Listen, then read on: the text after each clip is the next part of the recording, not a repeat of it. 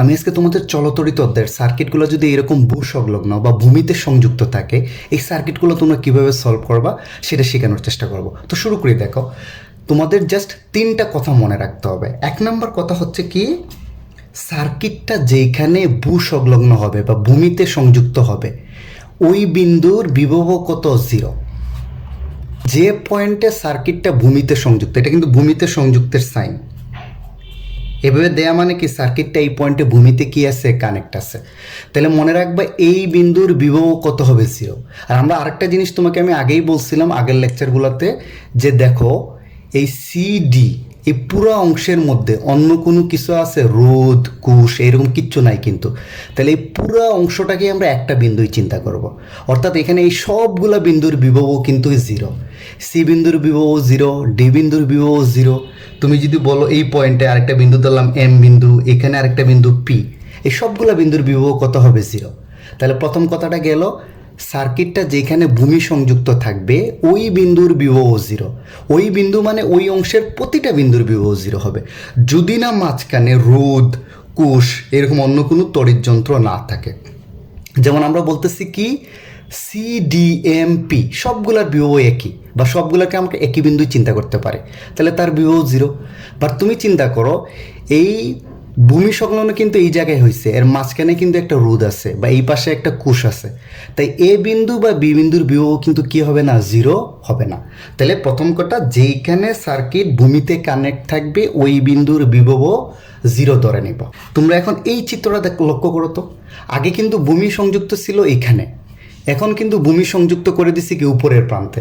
তাহলে মনে রাখবা যে এই অংশের বিভব কি হবে? জিরো। অর্থাৎ এ বিন্দুর বিভব জিরো হবে অথবা বি বিন্দুর বিভব জিরো হবে। তাহলে প্রথমে ফাইন্ড আউট করবা সার্কিটের কোন জায়গায় মানে সার্কিটটাকে ভূমি সংলগ্ন করা আছে, ওই অংশের প্রতিটা বিন্দুর বিভব কি হবে? জিরো। ওকে। আর আমরা দুই নম্বর কথা হচ্ছে বিভব পার্থক্য সমান কি জানি বলো তো? ধরো এই যে এ আর বি বিন্দুর মাঝখানে আর একটা রোধ আছে, তাদের যদি বিভব পার্থক্য আমরা কিন্তু এমনি লিখি বি এ বি। বিভব পার্থক্য মানে কি, কারেন্ট কোন দিকে যায় বলো তো? উচ্চ বিভব থেকে নিম্ন বিভবে যায়। কারেন্ট সবসময় কি বেশি বিভব থেকে কম বিভবে যায়। তাহলে এ বিন্দুর বিভব বেশি হবে, কারেন্ট যেহেতু এইদিকে যাচ্ছে, বি বিন্দুর বিভব কম। তাহলে বিভব পার্থক্য আমরা কেমনে বাইর করবো? বি এ বি লিখে বি এ মাইনাস বিবি। তাহলে যে কোনো দুইটা বিন্দুর বিভব পার্থক্য, মাঝখানে রোধ বা কোষ থাকলে, এটা না থাকলে তো দুইটা বিন্দুর বিভব সমান, আমরা কেমনে বাইর করবো? বি এ মাইনাস বিবি। আর সবসময় মনে রাখবা কারেন্ট কি বেশি বিভব থেকে কম বিভবের দিকে যায়। তাহলে বিভব পার্থক্য হবে বড়টার বিভব থেকে ছোটটার বিভব বিয়োগ করে দাও, বি এ মাইনাস বিবি। এই বিভব পার্থক্য আমরা ওহমের সূত্র থেকে জানি, বিভব পার্থক্য বের করার একটা সূত্র আছে, বিবি সমান কত? আইআর। তাইলে এই বিভব পার্থক্য বি এ বি সমান পাইলাম বি এ মাইনাস বিবি, এটা সমান লিখতে পারি কত? আইআর। তাহলে বিভব পার্থক্য হবে বি এ মাইনাস বিবি সমান হবে ওই রোধের মধ্য দিয়ে যে কারেন্ট যাচ্ছে ইন্টু ওই রোধ। ওকে। আমি আবার একটু বলি, সার্কিট যেখানে ভূমি সংযুক্ত থাকবে ওই বিন্দুর বিভব জিরো। ওকে, এক নম্বর কথা। দুই নম্বর কথা হচ্ছে বিভব পার্থক্য কি, বিএবি সমান হবে বিএ মাইনাস বিবি। ওকে। তিন নম্বর হচ্ছে এইটার সাথেই মিলিত, এই বিভব পার্থক্যে ওহমের সূত্র অনুযায়ী আমরা কত লিখতে পারি? সমান আইআর। তাহলে আমি কিন্তু এইখানে এই সূত্রটা ডিরেক্ট ইউজ করব, মনে রাখবে এই অঙ্কগুলোতে। বিএ মাইনাস বিবি সমান কত? আইআর। এই একটা সূত্র আমি কি করব? ডিরেক্ট ইউজ করব। ওকে। তাহলে চলো অঙ্ক করি। অঙ্ক করতে গেলে তোমাদের আরও অনেক জিনিস শেখা হবে। তাহলে তোমরা দেখো তো এই বর্তনীটা দেখো তো, এই বর্তনীকে আমি বি বিন্দুতে ভূমি সংযুক্ত করে দিছি। আমাকে বলছে এ বি সি ডি বিন্দুর বিভব বের করতে। তাহলে আমি কিন্তু জানি যেইখানে ভূমি সংযুক্ত বা ভূ সংলগ্ন করা হয়েছে বি বিন্দুর বিভব জিরো। আমি কিন্তু একটার আনসার অলরেডি চোখ বন্ধ করে দিয়ে দিলাম, তাই না? আর অন্য বিন্দুগুলোর বিভব বের করতে হলে তোমার বর্তনীর মোট কারেন্টটা বের করা লাগবে। তাহলে বর্তনীর মোট কারেন্টটা আমরা কেমনে বাইর করবো বলো তো? I equal to E by কত? আর ইকুইভ্যালেন্ট। অর্থাৎ বর্তনীর তড়িৎচালক শক্তিকে বর্তনীর তুল্য রোধ দ্বারা ভাগ করে দিলেই তুমি বর্তনীর মোট কারেন্ট পেয়ে যাবে।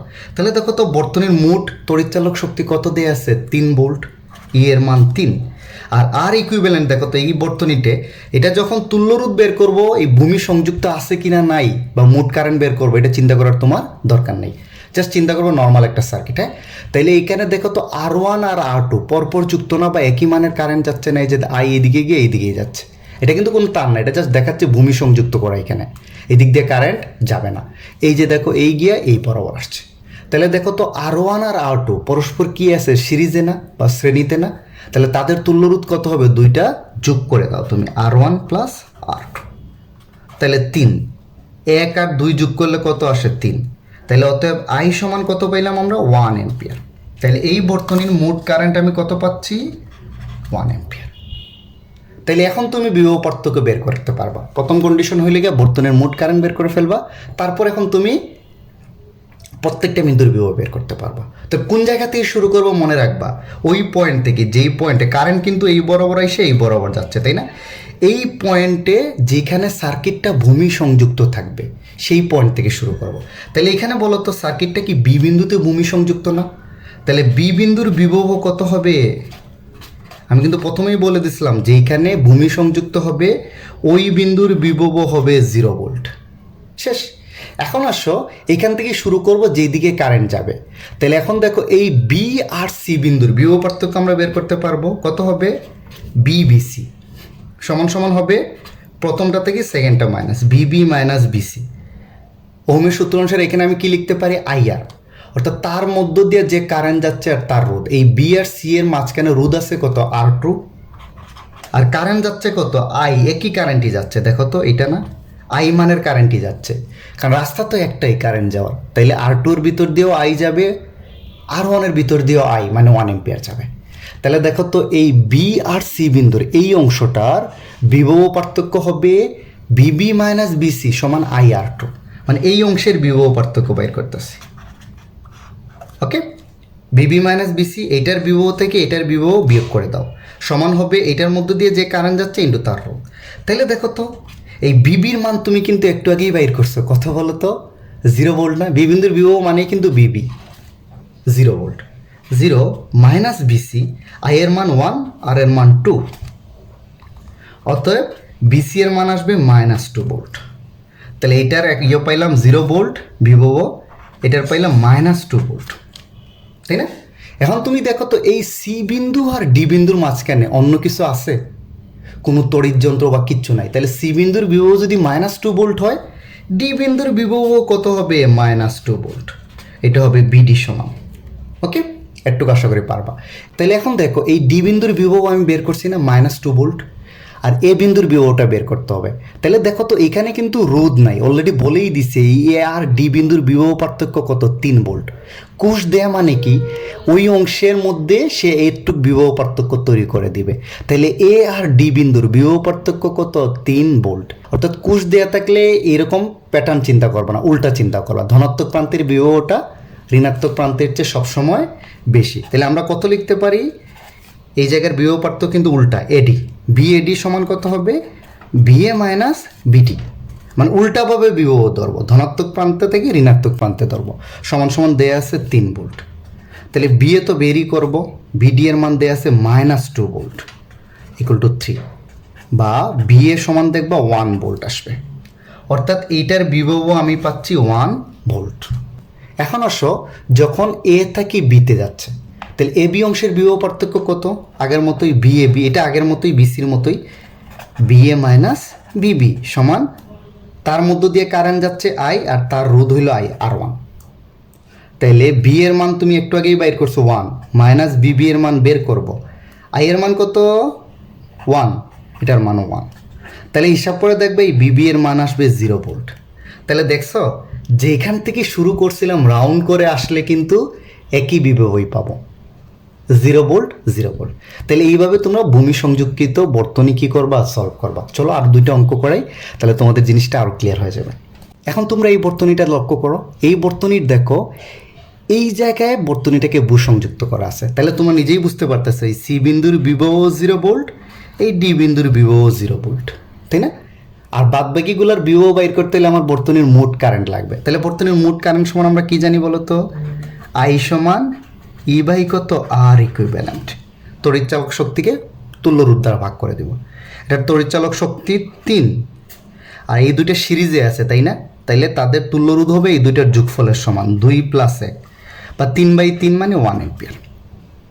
তাহলে এখন দেখো সি বিন্দুর বিভব পাইছি 0 ভোল্ট, যেহেতু ভূমি সংযুক্ত, যেখানে ভূমি সংযুক্ত ওইখানে প্রতিটা বিন্দুর বিভব 0। ওকে, আসলে এই সবটা একটা বিন্দু, সি এরও 0, ডি এরও 0। তা আমি একটু আগেই দেখাইলাম যদি কুশ দেয়া থাকে তাহলে এই দুইটা বিন্দুর বিভব পার্থক্য 3 ভোল্ট। আর বিভব পার্থক্যটা আমরা হিসাব করব ধনাত্মক প্রান্ত থেকে ঋণাত্মকে কুশের ক্ষেত্রে, আর অন্যান্য ক্ষেত্রে তো কারেন্ট যেই দিকে যাচ্ছে ওইভাবে চিন্তা করব।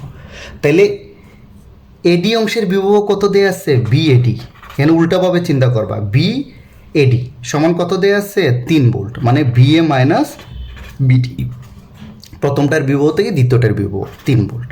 তাহলে বিডির মান কিন্তু 0, তাই না? তাহলে বি এর মান কত হবে, 3 ভোল্টই হবে। এটার মান পাইলাম 3 ভোল্ট। ওকে, এখন এই এ আর বি এর অংশের বিভব পার্থক্য আমরা বের করতে পারবো না? দেখো তো, বি এ বি সমান কত, বি এ মাইনাস বিবি সমান সমান হবে তার মধ্য দিয়ে যে কারেন্ট যাচ্ছে ইন্টু তার রোধ, তাই না? তাহলে এই বি এর মান কিন্তু আমরা কত জানি 3, আর এই ভিবি এর মান বের করব, এটার মান 1 ইন্টু 2, তাই তো? তাহলে হিসাব করে দেখবা এটা আসবে 1 ভোল্ট, ভিবি এর মানটা আসবে 1 ভোল্ট। তাহলে দেখো এইটা না বের করলেই হবে, কারণ সি তো আমরা জানি 0 ভোল্ট। তারপর তোমাদের যদি দেখার ইচ্ছা থাকে এই বি বিসির বিভব পার্থক্য বিবি মাইনাস বিসি সমান 1 ইন্টু 1 দিয়ে করে দেখবা এটার মানও 0 ভোল্ট আসবে। তাহলে তুমি এখানে এ বি সি ডি 4টা বিন্দুরই বিভব খুব সহজে কী করে ফেলতে পারতেছো, বের করে ফেলতে পারতেছো। তাহলে তোমরা এখন এই বর্তনীটা দেখো, আমাকে বলছে এই বর্তনীর C D E B A বিন্দুর বিভবও বের করতে। তাহলে বর্তনীর বিভব বের করতে আমি আগেই বলছিলাম একটা জিনিস লাগে, বর্তনীর কারেন্ট লাগে। বর্তনীর কারেন্ট আমরা কেমনে বাইর করি, ই বাই আর ইকুইভ্যালেন্ট। তাহলে আগে বর্তনীর তুল্য রোধটা বের করতে হবে। আগেরটা লাগে না, কারণ আগেরটা 2টা রোধই ছিল, সিরিজে ছিল, তাই আমরা ডিরেক্ট বসায় দিছি। বাট এখানে দেখো অনেকগুলো রোধ সিরিজে প্যারালালে আছে, সো আমাকে আলাদা আলাদাভাবে বের করতে হবে। তাহলে এখন চিন্তা করে দেখো তো, কুশের ধনাত্মক প্রান্ত থেকে আই কারেন্ট বের হয়েছে না, বের হয়ে দেখো সেটা R1 এর মধ্য দিয়ে যাচ্ছে। বাট এইখানে এসে কারেন্টটা 2 ভাগ হয়ে যাবে না, একদিকে যাবে I1 আর একদিকে যাবে I2। অর্থাৎ এই দুইটা লাইন কারেন্ট যেখানে ভাগ হয়ে যাবে, আমার কিন্তু আগের লেকচারগুলোতে বলা আছে কারেন্ট যেখানে ভাগ হয়ে যাবে, এই দুইটা লাইন পরস্পর কি আছে, প্যারালালে আছে, এই দুইটা লাইন। ওকে, তার মানে এই রুটটা এই দুইটা রোধের তুল্য রোধের সাথে প্যারালালে আছে। আবার এই দুইটার ভিতর দেখো তো, এই দুইটা রোধ পরপর যুক্ত না, তাদের মধ্যে দিয়ে একই কারেন্ট যাচ্ছে। আমি বলছি লাইন দুইটা প্যারালাল, বাট এই লাইনের মধ্যে যদি অনেক রোধ থাকে সেগুলোকে আগে তোমাকে সলভ করে নিতে হবে। তাহলে এইটার সাথে এই দুইটার তুল্য রোধ হলো প্যারালালে। তাহলে R3 আর R4 কি আছে, সিরিজে। তাহলে আগে R3 আর R4 এর তুল্য রোধ বের করে, তুল্য রোধ RS সমান কত হবে, জাস্ট এই দুইটার যোগ করে দাও, 1 আর 1 কত হয়, 2 ওহম। এই 2 ওহমটা, এই দুটার তুল্য রোধটা এটার সাথে কিসে আছে, প্যারালালে আছে। তাহলে অতএব লিখতে পারি R2 RS এর তুল্য রোধ আমরা কেমনে বাইর করব, প্যারালালের ক্ষেত্রে 1/RP সমান 1/R2 প্লাস 1/RS। মান বসায় দিচ্ছি, দুইটার মানে, এটার মানে 2, এটার মানও 2, 1/2 প্লাস 1/2, বা 1/RP সমান হবে 1 প্লাস 1/2, 2/2 সমান 1। অর্থাৎ RP এর মান আমরা কত পাবো, 1 ওহম। তাহলে এই অংশের তুল্য রোধ পাচ্ছি 1। এইটার তুল্য রোধটা এই R1 এর সাথে কিসে আছে, সিরিজে না। ওকে, তাইলে অতএব R1 ও RP এর তুল্য রোধ, তা আগে কিন্তু আমি একটা RS বাইর করছি, তাহলে এটা কত হবে, RS প্রাইম, এটা হবে 1 প্লাস 2 সমান সমান কত, 3 ওহম। তাহলে আমি বর্তনীর তুল্য রোধ কত পাচ্ছি, ওভারঅল তুল্য রোধ 3 ওহম, আর বর্তনীর তড়িৎচালক শক্তি দেয়া আছে কত, 3 ভোল্ট। তাহলে আমি এখানে সূত্রে বসায় দিই 3/3, তাহলে বর্তনীর কারেন্ট হবে 1 অ্যাম্পিয়ার। তাহলে আমার বর্তনীর মোট কারেন্ট পাচ্ছি 1 অ্যাম্পিয়ার। আর বিভব পার্থক্য বের করতে হলে প্রতিটা রোধের মধ্য দিয়ে যে কারেন্ট যাচ্ছে সেটার মানও বের করতে হয়। তাহলে আমরা জানি R1 এর ভিতর দিয়ে কিন্তু I কারেন্টই যাচ্ছে, R2 এর ভিতর দিয়ে যাচ্ছে I2, আর R3 আর R4 এর ভিতর দিয়ে যাচ্ছে I1। তাইলে আমাকে এই যে মোট কারেন্টটা, এখানে I কারেন্টটা এসে এখানে 2 ভাগ হয়ে যাচ্ছে না, একদিকে যাচ্ছে I1 আর একদিকে যাচ্ছে I2। এই I1 আর I2 এর মানটা আমাকে কি করতে হবে, বের করতে হবে। তাহলে I1 এর মানটা কী হবে, দেখো তো, I1 কি এই লাইনে যাচ্ছে না, মানে এই অংশে না, অপর অংশের যে রুটটা থাকবে সেটা থাকবে কি উপরে, বাই নিচে থাকবে সবগুলা রোধের যোগফল ইন্টু কত, মোট কারেন্ট। তাহলে R2 এর মান কত, 2, এটা নিচে সবগুলোর যোগফল 2 প্লাস 1 প্লাস 1 মানে কত হবে, 4 সমান হবে 0.5 অ্যাম্পিয়ার। তাইলে এখানে মোট কারেন্ট ছিল কত 1 এম্পিয়ার, মোট কারেন্ট কত 1 এম্পিয়ার না, একটার ভিতর দিয়ে যদি 0.5 যায় অপরটার ভিতর দিয়েও কত যাবে 0.5, কারণ মোট কারেন্ট কখনো হারায় যাবে না। তাহলে এটার মান আমরা ডিরেক্ট এভাবে বের করে ফেলতে পারি, I2 এর মান 0.5 এম্পিয়ার। তাহলে এখন আমি বিভব পার্থক্য খুব সহজে বের করে ফেলতে পারবো। দেখো এখানে দেখো সার্কিটটা যেখানে সংযুক্ত সি আর ডি, এই পুরো অংশ আসলে কিন্তু একই বিন্দু। তাহলে সি বিন্দুর বিভব 0, ডি বিন্দুর বিভব 0, তাই না? এই ডি বিন্দু আর এই বিন্দু কিন্তু একই জিনিস, কারণ এই মাঝখানে যদি কোনো রোধ বা কোষ যুক্ত না থাকে, আমি বারবারই বলছিলাম এই পুরো অংশের বিভব একই, আর যেহেতু ভূমি সংযুক্ত তাই পুরো অংশের বিভব 0 হবে। তাহলে দেখো তো এই ডি পয়েন্ট আর এই পয়েন্টকে আমরা একই পয়েন্ট হিসাবে তুলনা করতে পারি। আর কোষ থাকলে আমি কি বলছিলাম, কোষের ধনাত্মক প্রান্তের বিভবটা বেশি হয়, তাই না? আর ঋণাত্মক প্রান্তের বিভবটা কম হয়। তাহলে এক্ষেত্রে উল্টা চিন্তা করব, ডি এ চিন্তা করব না, যেদিকে যাক ধনাত্মক থেকে ঋণাত্মক।